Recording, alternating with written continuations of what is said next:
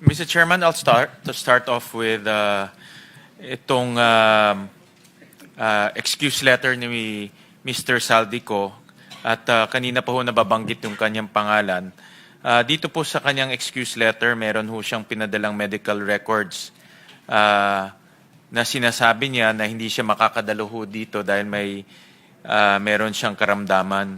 Pero nung tinignan ko po itong pinadala niyang medical records, unang-una po, this is dated January 23, 2025. No? So outdated na ho to. And then pangalawa ho, I consulted our Senate doctor at ang unang sabi niya rin sa akin o sa amin, sa team ho namin, ay outdated na rin ho itong medical records.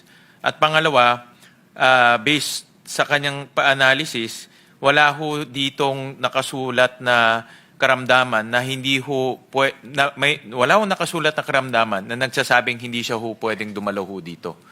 At pangalawa, itong medical records niya ho, nakasulat ho dito, dinischarge siya. Hindi naman ho siya inilagay sa ospital.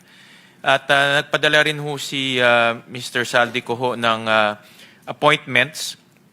So sa kanyang supposedly appointment sa Massachusetts General Hospital, this is dated September 22, 2025.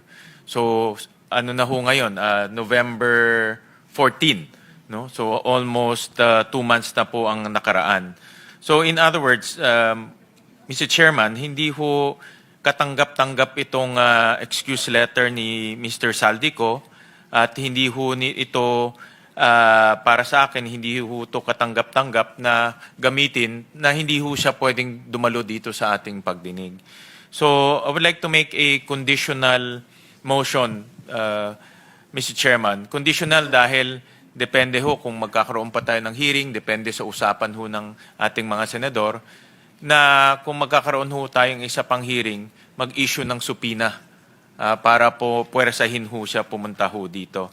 And the next move, kung hindi pa rin ho siya pumunta, mag-issue na ho ng contempt. No? Yeah. So I would like to make that conditional. Conditional lang ho to, Mr. Chairman, subject to the discussions among the senators and of course the decision of the Blue Ribbon Committee. So I would like to start off with that, Mr. Chairman. Same treatment, ganun din pang gagawin natin sa mga inimbita natin na hindi dumalo. Susunod, papadala natin sila na supina tulad yung sina Pakana, Regional Director, pinaimbita ni Senator JB, and all the others na hindi sumipot in today's hearing. So please proceed. Thank you. Thank you, Mr. Chairman.